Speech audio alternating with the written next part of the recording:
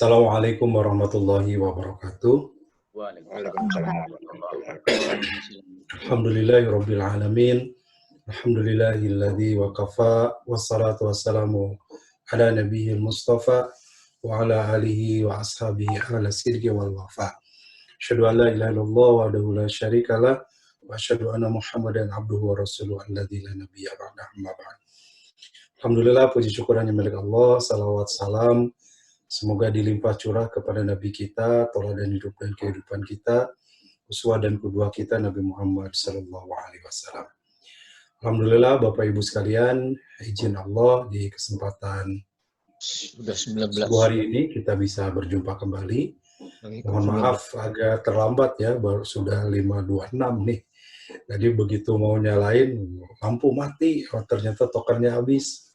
Jadi nyari-nyari token dulu. Jadi perlu waktu. Mohon maaf sekali lagi. Kita akan melanjutkan pembahasan kita di kitab Masailul Fiqh Al-Muta'aridah, bab masalah-masalah fikih yang terjadi perbedaan.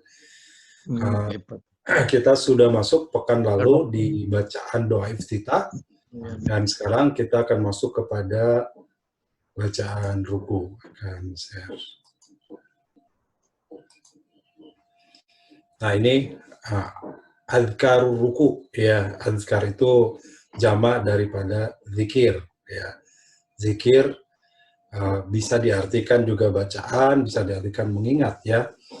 Apa bacaan-bacaan atau zikir-zikir apa yang kita baca saat ruku ini menyimpulkan nanti Bapak Ibu kita akan menemukan beberapa riwayat tentang bacaan ruku. Jadi nanti kalau ternyata dia mau beda dengan bacaan ruku saya, mungkin riwayat lain gitu ya. Karena ada beberapa riwayat, ada yang sahih, ada juga yang menurut ulama hadisnya dhaif atau lemah. Nah, ini kita akan baca satu persatu, ada beberapa bacaan, dan bacaan ini juga bisa jadi pilihan ya. Kita bisa baca salah satunya. Tidak mesti semuanya, atau mungkin saja pada sholat ini baca yang riwayat yang ini, sholat berikutnya baca riwayat yang lain, itu juga boleh. Ya. Baik, kita mulai. Judulnya ada azkar ruku, ya, bacaan ruku, bacaan ruku. An Uqbah bin Amr qala lama nazalat fasabih bismi rabbikal azim qala lana Rasulullah sallallahu alaihi wasallam ij'alu fi ruku'ikum. Ya. Dari Uqbah bin Amir, dia berkata ketika nuzilat diturunkan, ya, turun ayat fasabih bismi rabbikal azim, ya. Hendaklah fasabih, hendaklah engkau memahasucikan bismi rabbika, dengan nama Tuhanmu al-azim yang maha agung. Di dalam surat di sama ya, surat apa lupa. Ada ayat penutupnya fasabih bismi rabbikal azim. Qala lana Rasulullah, maka Rasulullah SAW memerintahkan kepada kami, ij'aluha fi ruku'ikum. Jadikan dia pada ruku kalian. Jadi bertasbih dan menyebut memahagungkan Allah, itu Rasul memerintahkan untuk dibaca pada ruku. Falamma nuzilat, dan ketika diturunkan ayat Sabbisma rabbikal a'la. Nah, ini semua hafal ya, surat Al-A'la ayat pertama. Qala ij'alu fi sujudikum. Maka jadikanlah dia di sujud-sujud kalian. Ada bacaan Sabbisma rabbikal a'la, ya. Maha suci Allah, Tuhanmu al-a'la, yang maha tinggi. Jadi ini dibaca di sujud. Jadi di ruku membaca Subhana rabbiyal azim, karena Fasabbismi rabbikal azim. Di sujud Subhana rabbiyal a'la. Seiring turun ayat Sabbisma rabbikal a'la. Itu ya. Maka ketika ayat ini turun, Rasulullah memerintahkan ij'aluha fi sujudikum. Jadilah kan dia di sujud-sujud kalian. Rawah Ahmad wa Abu Daud Diriwayatkan oleh Imam Ahmad dan Abu Daud dalam kitab Nailul Autar, jilid 2 halaman 274. Hadis kedua. Ini nomornya langsung 4 ya, 456 nih. Mungkin salah cetak ya, mestinya mah 1 kan mulai judulnya ini. Wa an Hudzaifah qala salaitu ma Nabi sallallahu alaihi wasallam fakana yaqulu fi ruku'ihi subhana rabbiyal azim wa fi sujudihi subhana rabbiyal a'la. Dari Hudzaifah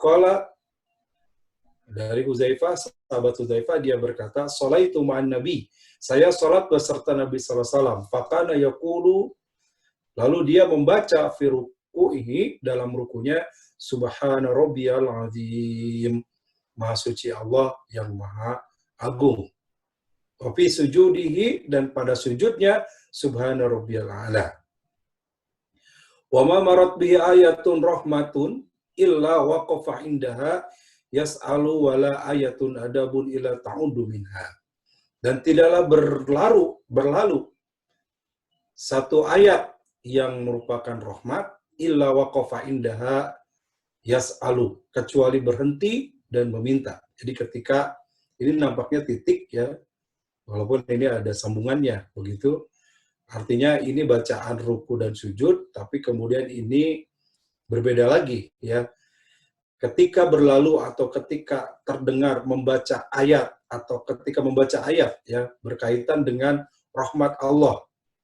Illa waqafa indaha yas'alu, kecuali kemudian berhenti dan memohon kepadanya. Misalkan dibaca ayat-ayat tentang penduduk surga ya, rahmat Allah yang memberikan kepada penduduk surga begitu nikmat. Inna fil jannati inna lil muttaqina mafaza hadaika wa a'naba wa kawaiba atraba. Contohnya itu misalkan. Sehingga bagi orang yang bertakwa disediakan surga, di situ Jannatul Ma'wa, surga yang disediakan. Di dalamnya ada para pemuda yang melayani, minum minuman dari gelas-gelas. Nah, berhenti yas'alu, kemudian meminta, Allahumma inna nas'aluka min ahlil jannah. Salah satu doanya begitu. Wala ayatun adabun, dan tidaklah membaca ayat-ayat azab ila ta'udu minha, kecuali berlindung darinya. Sebaliknya misalnya ketika dibacakan tentang penduduk neraka, ya, bahwa orang-orang yang musyrik itu berada di dalam neraka, ya. Kemudian neraka itu memakan daging darah mereka, menghidupkan kembali, misalkan itu ada ayat seperti itu, maka ta'udhu minha, Allahumma inni a'udzubika min adzabin nar. Salah satu doanya, Allah, kau berlindung kepadamu dari siksa neraka. Rawal Khamsah diriwayatkan oleh Imam yang 5, Nailul Autar dalam kitab Nailul Autar. Ini kembali ke bacaan sujudnya. Dari hadis yang diterima dari Hudzaifah, ya, diriwayatkan oleh Imam yang 5, bacaan ruku itu subhana rabbiyal azim, dan bacaan sujudnya subhana rabbiyal a'la. Lanjut yang ketiga. Wa ana Aisyah radhiyallahu anha qalat, dan dari Aisyah semoga Allah meridainya dia berkata, karena Rasulullah sallallahu alaihi wasallam yuksiru an yaqula fi ruku'ihi wa sujudihi. Bahwasanya Rasulullah sallallahu alaihi wasallam yaksiru an yaqula fi ruku'ihi, memperbanyak bacaan pada ruku dan sujudnya. Subhanakallahumma rabbana wa bihamdika Allahumma gfirli. Subhanakallahumma, maha suci Allah, ya Allah, Rabbana, Tuhan kami, wa bihamdika, dan pujian untukmu, Allahumma gfirli, ampunilah aku. Ya ta'awalul Quran, yang kemudian diawali dengan Al-Quran. Ya ta'awalul Quran, atau ini maksudnya ta'awal ini mengamalkan Al-Quran. Rawahul Jamaah diriwayatkan oleh Imam Jamaah. Nah, ini berarti bacaan kedua. Jadi bacaan pertama tadi Rasulullah membaca Subhana Rabbiyal A'la, Subhana Rabbiyal Azim di ruku, kemudian Subhana Rabbiyal A'la di sujud. Ya. Nah, dalam riwayat yang diterima dari Aisyah, riwayat Al-Jamaah, Jamaah itu berarti 7 ya, diulang bahwa para ulama hadis, ya, Bukhari, Muslim, Tirmidzi, Abu Daud, Nasai, itu meriwayatkan semua. Ya, kemudian bacaannya adalah di ruku maupun sujud sama. Kalau tadi ruku dan sujud beda. Ruku ada subhana rabbiyal azim, sujud subhana rabbiyal a'la. Kalau dalam riwayat ini ruku dan sujud Rasul membaca sama. Subhanaka Allahumma rabbana wa bihamdika Allahumma gfirli. Maha suci Engkau ya Allah, pujian bagimu, ampunilah aku. Ya ta'awwalul Quran, dan ini bentuk dari mengamalkan Al-Quran dalam hadis ini.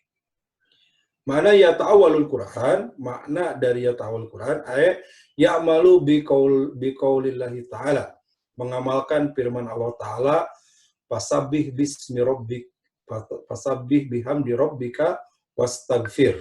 Ya, mengamalkan dari firman Allah Ta'ala, fasabbih maka bertasbihlah bihamdi rabbika wastaghfir, dengan nama Tuhanmu dan beristighfarlah.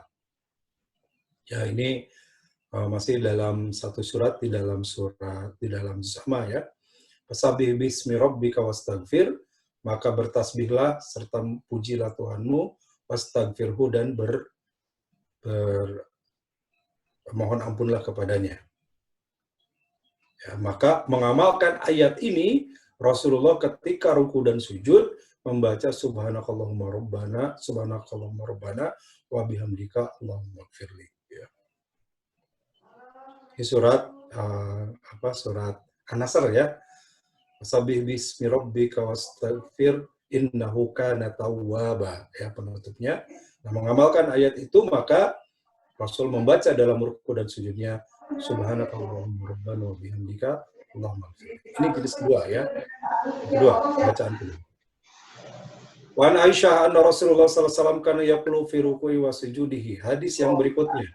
Dari Aisyah bahwa Rasulullah sallallahu alaihi wasallam membaca dalam ruku dan sujudnya subuhun kudusun rabbul malaikata warruh. Nah, ini ya, ada bacaan rabbul malaikati warruh ya, riwayat Imam Muslim. Dari Aisyah bahwa Rasulullah sallallahu alaihi wasallam membaca dalam ruku dan sujudnya subuhun kudusun, ya, subuhun dia yang maha suci, kudusun dia yang maha suci, ya, sama. Kudus itu bersih, bukan itu suci, sama. Supaya memudahkan dibedakan. Subuhun yang maha suci, kudusun yang maha bersih, Rabbul malaikati waruh, Tuhannya para malaikat dan ruh. Ruh ini menunjukkan kepada malaikat Jibril, ya, sebagaimana di dalam surat Al-Alaq, ya, kita sering membaca dalam surat Al-Alaq kita membaca Tanazzalul malaikatu warruh. Maaf, bukan Al-Qadar ya. Tanazzalul malaikatu warruh, turun pada malam itu para malaikat dan ruh. Ruh itu adalah malaikat Jibril. Nah, bacaan berikutnya Rasulullah, berarti yang ketiga Pak ya jenisnya. Jadi satu tadi subhanarabbiyal azim di ruku dan subhanarabbiyal a'la di sujud. Yang kedua di ruku dan sujud membaca subhanakallahumma rabbana wa bihamdika Allahumma gfirli.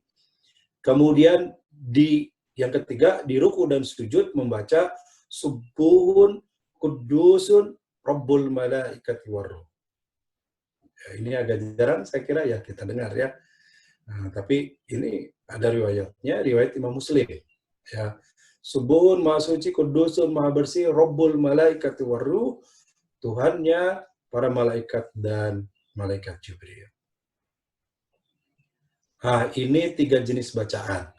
Mau yang mana, ketiga-tiganya secara periwayatan hadisnya sahih. Boleh membaca subhanarabbiyal azim, kemudian boleh membaca subhanaka Allahumma rabbana wa bihamdika, atau boleh membaca subuhun kudusun. Nah, sekarang kita juga sering membaca atau ada yang membaca subhanarabbiyal azim wa bihamdi, gitu ya. Nah, bagaimana dengan riwayat subhanarabbiyal azim wa bihamdi? Ya, karena mungkin ini yang kita dapatkan dari kecil ya Bapak Ibu. Nah, subhanarabbiyal a'la wa bihamdi atau subhanarabbiyal azim wa bihamdi. Ya, bahkan kalau di masyarakat ini kadang jadi polemik. Ya menurut saya jangan jadi polemik, pelajari saja dan yakini, amalkan yang diyakini setelah dipelajari keduanya. Karena terjadi itu, ya ini cerita entah benar atau tidak, ya satu pakai wabihamdi, satu tidak, sholat berdampingan. Ya, kata yang pakai wabihamdi, subhana rabbiyal a'la wa bihamdi, gitu ya, supaya kedengaran sama yang tidak itu dibalas subhana rabbiyal a'la tanpa wabihamdi. Batal sholatnya pakai tanpa, ya, karena tanpa bukan bacaan sholat. Dia ingin memperjelas membaca tanpa wabihamdi, ya. Oke, tentang bacaan wabihamdi, hadatsana Ahmad bin Yunus sana Lais fi yakni Ibnu Sa'di an Ayub bin Musa aw Musa bin Ayub an rajulun min qaumihi an Uqbah bin Amr bimaknahu. Dan hadasana meriwayatkan kepada kami Ahmad bin Yunus, ya, sana Lais, yakni Ibnu Ahmad bin Yunus sana Lais, yakni Ibnu Sa'id, yaitu Ibnu Sa'id, nama lain dari Ahmad bin Yunus, ya. An Ayub bin Musa, dari Ayub bin Musa atau Musa bin Ayub, ya, atau Musa bin Ayub. Ini namanya di kalangan para ulama hadis berbeda, Musa bin Ayub atau Ayub bin Musa, ya. An rajulun min qaumihi, dari seseorang dari kaumnya, an Uqbah bin Amr, dari Uqbah bin Amr bimaknahu, dengan maknanya. Zada qala, ada tambahan kalimat fakana Rasulullah sallallahu alaihi wasallam, adalah Rasulullah sallallahu alaihi wasallam ida roka'a, apabila ruku, qala membaca subhana rabbiyal azimi wa bihamdi. Maha suci Allah Tuhanku yang maha agung, wa bihamdi, dan pujian baginya. Salasan, 3 kali. Wa idza sajada, dan apabila sujud, qala, dia membaca subhana rabbiyal a'la wa bihamdi. Salasan, subhana rabbiyal a'la wa bihamdi, salasan, 3 kali. Rawahu Abu Daud, diriwayatkan oleh Imam Abu Daud. Qala Abu Daud, hadihi ziyadah. Kata Abu Daud, ini tambahan. Nuhofu alla yakuna mahfudhah. Aku takut, ya, kata Abu Daud, aku takut ini tidak terjaga, ya. Maksudnya tidak terjaga atau tidak terpelihara. Atau maksudnya adalah khawatir hadis ini tidak sahih, tidak kuat. Ini menurut Abu Daud, ya. Wasuila Ahmad anha, Imam Ahmad ditanya tentang hal itu, qala, dia menjawab, ama ana fala aqulu bihamdihi. Adapun aku tidak membaca wa bihamdihi. Tidak menambahi dengan wa bihamdihi, berarti dia membaca subhana rabbiyal azim atau subhana rabbiyal a'la saja tanpa tambahan wa bihamdihi. Dalam kitab Nurul Autar. Lanjut. An Khudaifah anna Nabi sallallahu alaihi wasallam kana yaqulu fi ruku'ihi. Dari Huzaifah bahwa Nabi sallallahu alaihi wasallam membaca dalam rukunya subhana rabbiyal azim wa bihamdi salasa. Subhana rabbiyal azim wa bihamdi 3 kali, wa fi sujudihi subhana rabbiyal a'la wa bihamdi salasa. Dalam sujudnya juga membaca subhana rabbiyal a'la wa bihamdi salasa. Rawahu Daruqutni, diriwayatkan oleh Imam Daruqutni. Wa Muhammad bin Abdurrahman bin Abi Layali dhaif, ya. Tapi dalam periwayatan hadis ini ada seorang yang bernama Muhammad bin Abdurrahman bin Abi Layli. Dia dhaif, lemah, ya. Nah, kita tidak bisa membahas lemahnya kenapa, tapi di pembahasan ulama hadis, ya, lemah itu ada karena dhaif firwat, lemah karena perawi, karena perawinya pelupa, karena perawinya masih anak-anak, masih kecil, dan beberapa syarat yang rawi tidak terpenuhi. Ada lemah dhaif fi sanad, dalam urutan sanad. Ada sanadnya yang terputus, tidak nyambung, ada yang hilang, dan seterusnya.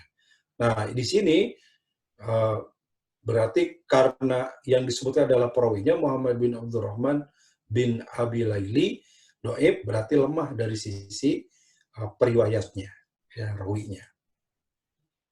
Itu dalam kitab Aunul Ma'bud.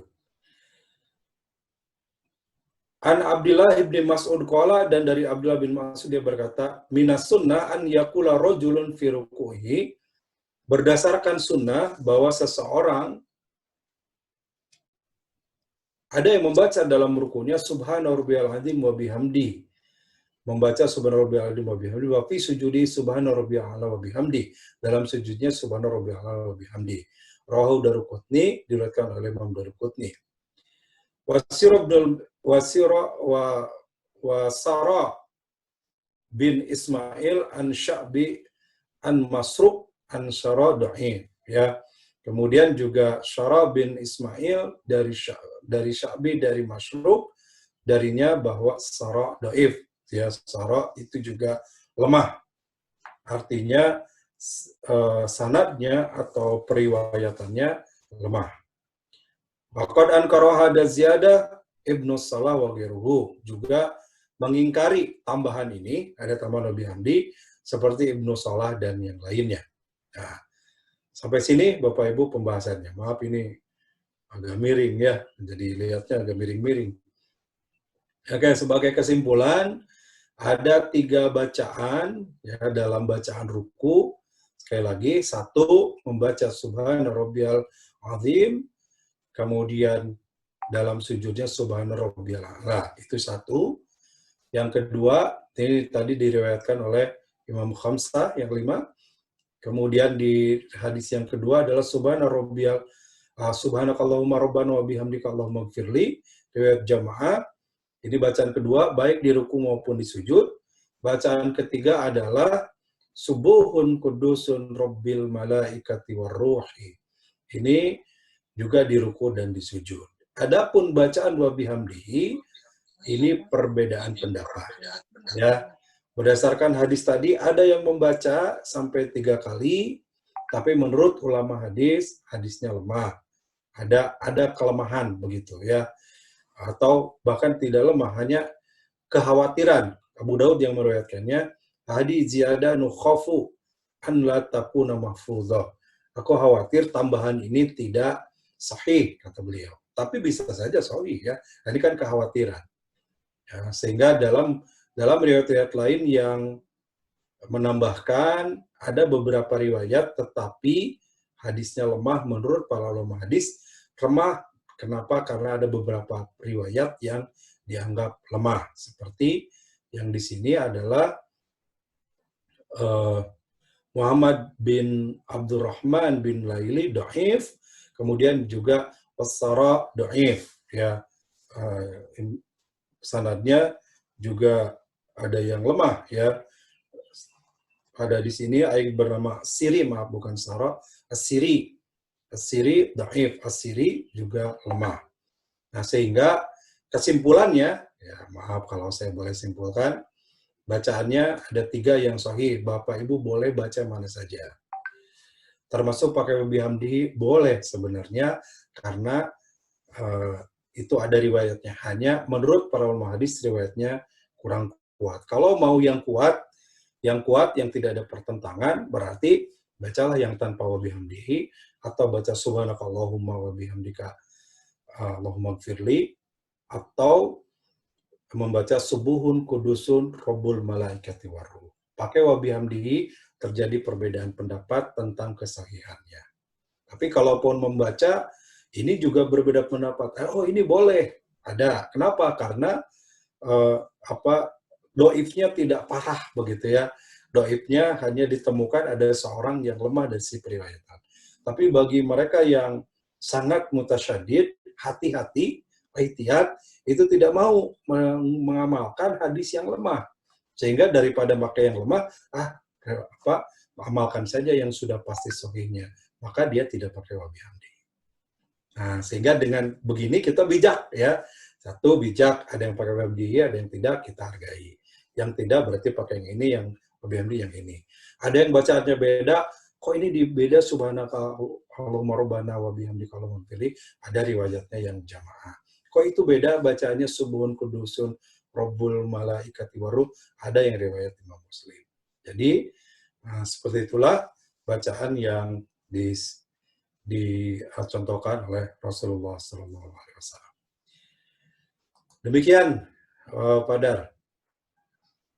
Baik, Ustaz, terima kasih. Bacaan ruku ada 3 dan mangga bagi yang mau pertanyakan dipersilahkan. Waktunya masih longgar, ada 15 menit. Silahkan Bapak Ibu. Kalau masih ragu-ragu dengan bacaan rukuknya. Sambil menunggu yang mau bertanya, Ustaz, kalau subuh Ya, untuk Ustaz. surab, oh ada. Ibu Haja Nining, maka Bu. Silakan. Ustadz, kalau yang kedua itu yang subhanallahumma wa bihamdika rabbana wa Allahumma ighfir itu dibacanya 1 kali atau 2 kali dan sama ya, iya. subuh dan ruku dan sujudnya sama ya itu. Iya, betul, Bu. Pertama bahwa 2 kali. Pertama bahwa ini dibacanya sama baik di ruku dan di sujud, Bu ya. Ya. Jadi jangan sampai misalkan variasi, misalkan rukunya subhanarabbiyal azim, tapi nanti sujudnya subhanakallahumma rabbana wa bihamdika allahumma ighfirli. Nah, itu berarti variasi itu. Harusnya rukunya itu, maka sujudnya pun itu. Gitu ya. 1 kali, 2 kali, atau 3 kali? Azim, maka sujudnya subhanarabbiyal a'la. Berapa kali? Untuk yang itu 1 kali. Ya, diriwayatkannya 1 kali. Nah, kemudian untuk subhanarabbiyal a'la, subhanarabbiyal azim itu 3 kali ya. Tapi sebenarnya ada riwayat, hanya memang di sini tidak dimuat juga ya, bahwasanya boleh lebih gitu ya. Jadi sepanjang sujud dan aksiru sujudikum, berdasarkan hadis secara umum bahwa aksiru sujudikum, perbanyaklah kalian sujud, maka itu pun dibolehkan lebih. Misalkan udah 3 kali, imam masih sujud. Nah, kita boleh memperbanyak. Terus aja subhanallah, subhanallah. Nah, itu juga boleh. Tapi kalau kembali kepada riwayatnya, ya itu subhanakallahumma rabbana wa bihamdika allahumma ighfirli cukup 1 kali. Ya. Termasuk juga dalam sujud, nah kita boleh memperbanyak doa ya. Doa di dalam sujud nanti. Nah, itu kalau misalkan imam teh lama teuing sujud, jangan-jangan dia tidur gitu ya. Nah, padahal doa. Nah, kita pun bisa, Bu, baca doa ya. Itu berkaitan dengan bacaan. Jadi 1 kali, Bu ya, kalau yang Oke, makasih. Ya, jazakallahu khairan katsiran. Baik. Kayak tambahan lain tadi ada di hadis yang kedua ya, berkenaan bahwa wa ma amarat bihi ayatun rahmatun illa waqafa indaha yas'alu wala ayatun ta'udu minha. Ini menurut para ulama dilakukan khususnya pada saat sholat sunnah. Jadi ada yang kita juga mungkin kalau Bapak Ibu pernah ikutan ini ya, pernah ikutan sholat tarawih di Masjidil Haram gitu, Masjid Nabawi, itu biasanya kalau ayat-ayat tentang surga itu sampai nangis saking rindunya, dan doa imam itu di tengah-tengah bacaan ayat itu. Ya, kemudian ketika ayat-ayat neraka juga nangis saking takutnya dan berdoa. Tapi saya belum menemukan itu dilakukan di sholat wajib. Sehingga mayoritas ulama mengambil kesimpulan bahwa itu boleh dilakukan, berdoa di tengah-tengah bacaan surat ketika sedang sholat, itu saat sedang sholat sunnah. Gitu ya. Nah, di kita juga ada yang melakukan, tapi mungkin agak jarang gitu ya kalau di kita. Nah, mestinya itu bisa dilakukan mengikuti sunnah, wama amarat ya, ketika berlalu atau ketika terdengar bacaan yang berkaitan ayatun rahmatun, ya, ayat yang berkenaan dengan rahmat, kasih sayang Allah, ila waqafa indaha yas'alu, lalu berhenti dulu bacaannya dan memohon kepada Allah. Ya, dan ketika wala ayatun adab, dan juga ketika dibaca ayat-ayat tentang azab, ila ta'udu minha, Rasulullah juga berhenti dan memohon perlindungan darinya. Memohon perlindungan dari Allah, dari siksa neraka, dari azab api neraka, dan seterusnya. Baik, silakan yang lain Bapak Ibu kalau masih ada. Silakan Bapak Ibu. Kalau tidak ada, saya izin bertanya sedikit, Ustaz. Silakan Pak.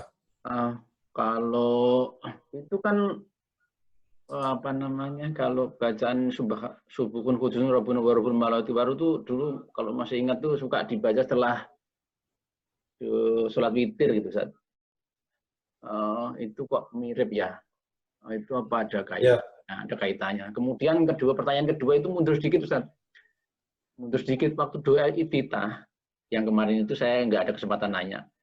Kan kalau setiap sholat apa saja pakai doa iftitah. Nah kalau sholat tahajud atau qiyamul lail itu kan misalnya 2 sampai 8 itu kan apa 1 ke 2 berikutnya itu harus pakai iftitah juga Ustaz. Saya itu ragu ya. Ya 2 itu dulu aja Ustaz, sambil nunggu yang lain. Baik. Ya. Kayak yang pertama, betul ini kadang ada yang dibaca di pagi hari gitu ya, atau di penghujung sholat witir, di penghujung doa witir, maka itu boleh sepanjang dibacanya di luar aktivitas sholat, maka itu boleh. Ya kalau di aktivitas sholat, maka tentu dibacanya pada saat ruku dan sujud tadi. Tapi saat doa witir, saat sepertiga malam, saat kita memohon ampun, saat subuh, silakan gitu ya. Memang ada dua, ada yang subuhun kudusun Rabbuna Rabbul Malaikati Waruh, atau kalau di hadis yang tadi itu tidak pakai Rabbuna ya, subuhun kudusun Rabbul Malaikati Waruh ya, di situ tidak pakai pengaruh ya.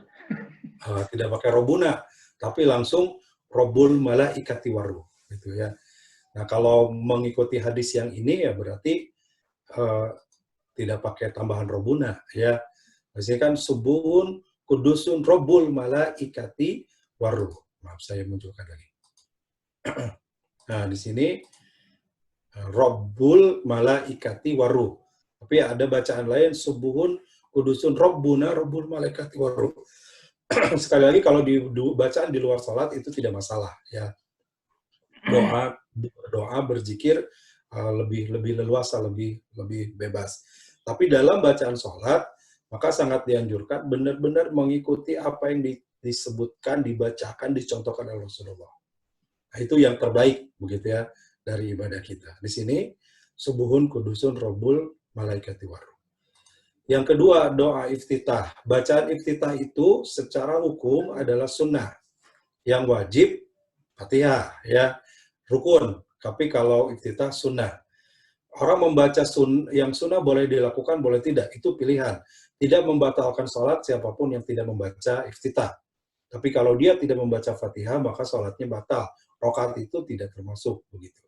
Sama dengan orang tidak rukun, tidak sujud, karena itu bagian dari rukun. Nah, banyak yang melakukan di sholat-sholat sunnah, misalkan mungkin yang kita sering ikuti taraweh gitu Pak ya.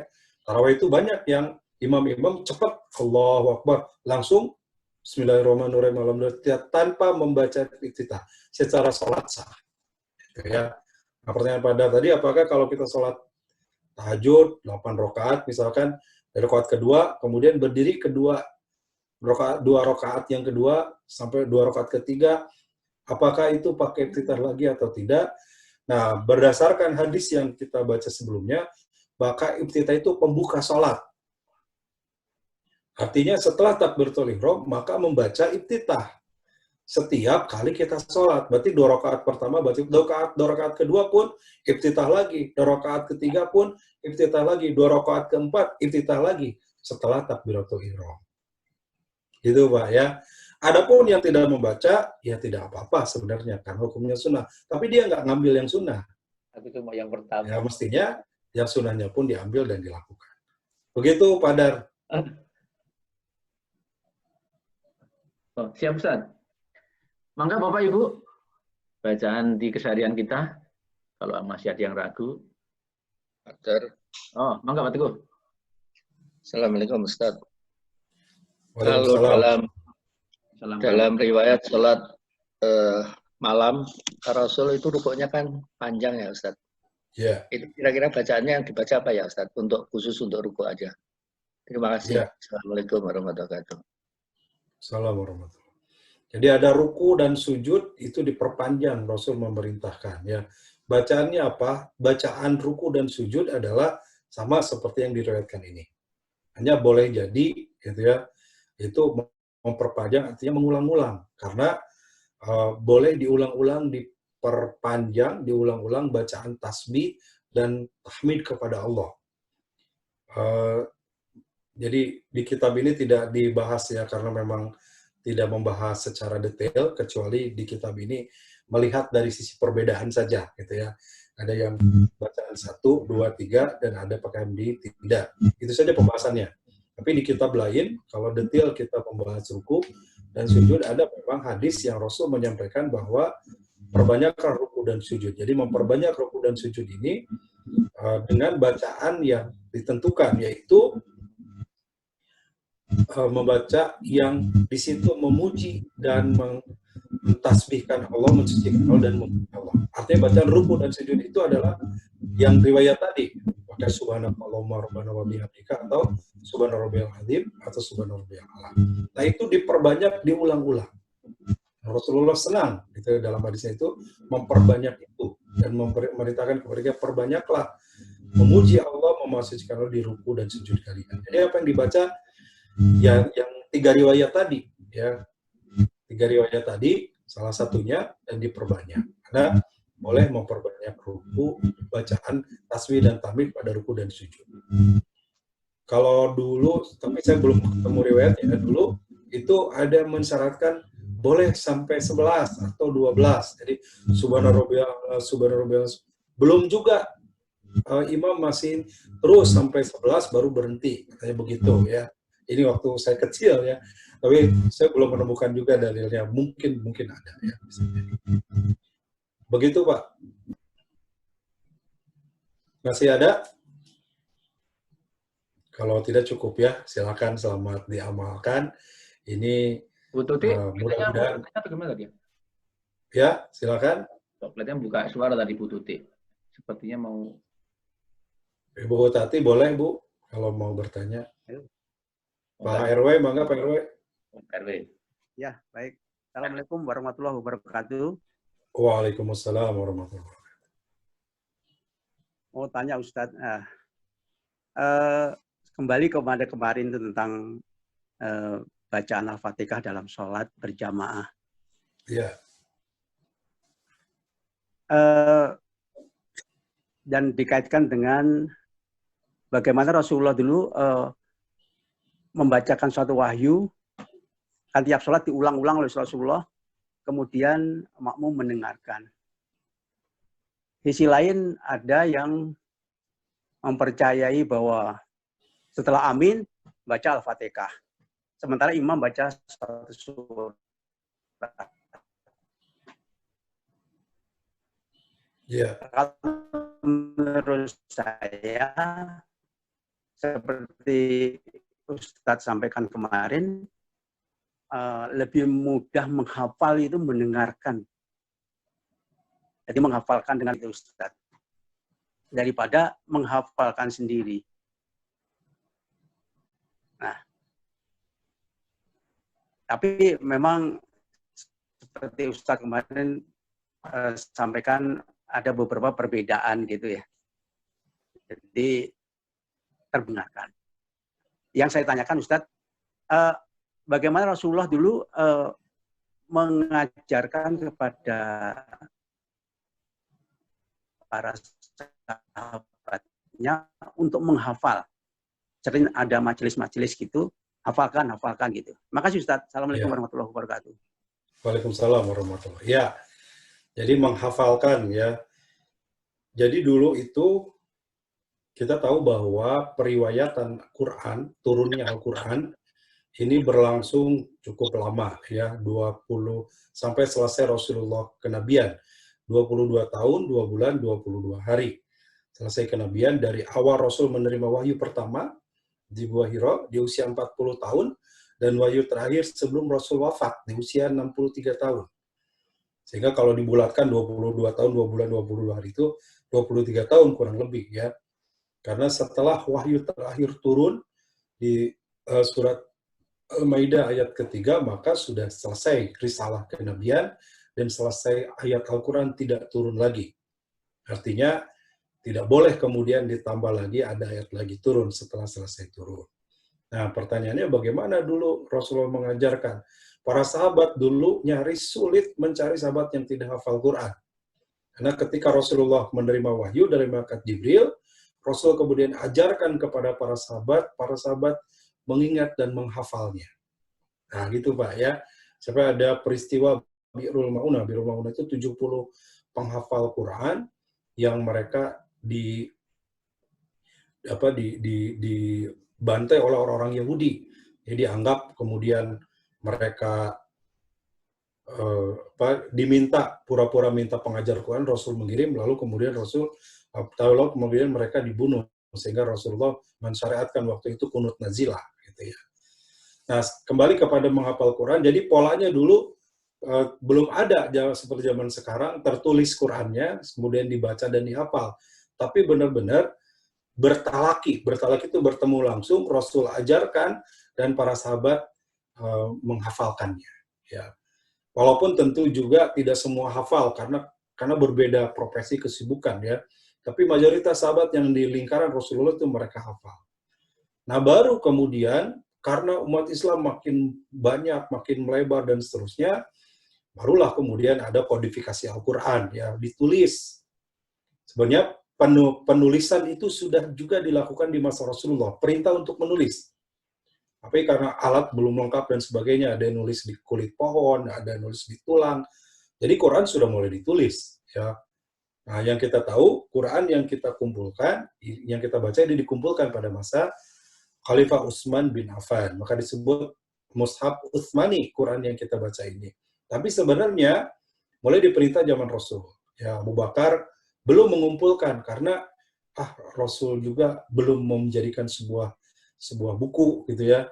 Pada masa Umar belum, tapi masa Utsman karena makin lebar umat Islam makin banyak dan jadi makin tidak semua bisa hafal Quran. Kalau para sahabat hafal Quran gitu ya. Tidak semua hafal Quran sehingga dibuat mushaf. Nah, jadi bagaimana cara mengajarkannya seperti itu gitu. Langsung diajarkan Rasul kepada para sahabat dan Rasulullah menghafalkannya.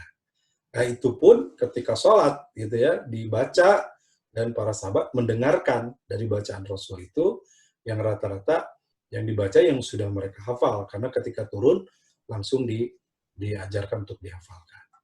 Begitu Pak RW. Baik, itu Pak RW mudah-mudahan puas dan mungkin termasuk bacaan di luar sholat Ustaz ya, yang artinya bukan di Al-Quran saja. Bacaan doa, Nabi sering mengeraskan, kemudian ditiru sama sahabat-sahabatnya mungkin. Baik, sepertinya waktunya cukup, Ustaz. Mohon didoakan. Terima kasih Bapak Ibu sekalian. Insya Allah hari ini kita mulai PPKM ya, mudah-mudahan jadi jalan ikhtiar sehat kita semua. Memang masih tetap ada polemik ya penutupan masjid ini, tapi mudah-mudahanlah kita berikhtiar, kalaupun dari tanggal 3 sampai 20 ternyata sudah melandai, memungkinkan ke masjid dan sebagainya. Mudah-mudahan nanti ada kebijakan lain yang bisa kita lakukan. Tapi sementara ini dengan niat kita juga menjaga diri, menjaga lingkungan. Semoga walaupun sholat di rumah tetap dapat pahala sebagaimana di masjid. Bagi yang terbiasa di masjid ya, seperti orang yang sakit karena dia atau bepergian karena dia sakit dan bepergian maka tidak ke masjid, itu termasuk yang mendapatkan pahala sebagaimana karena lahu sahihan atau mukiman, sebagaimana sholat keadaan sehat ataupun mukim. Nah, mudah-mudahan sekali lagi jadi jalan ikhtiar, dan ikhtiar juga kewajiban dari Allah.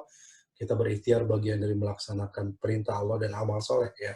Semoga pandemi ini segera berakhir. Allahumma shalli wa sallim wa barik ala Muhammadin wa ala alihi wa sahbihi ajma'in. Amin. Allahumma ighfir lil mu'minina wal mu'minat, muslimina wal muslimat, al ahya'i minhum wal amwat. Innaka qaribun mujibu da'wat wa ya qadiyal hajat. Allahumma yassir lana umurana wa hasil maqasidana ya dal jalali wal ikram.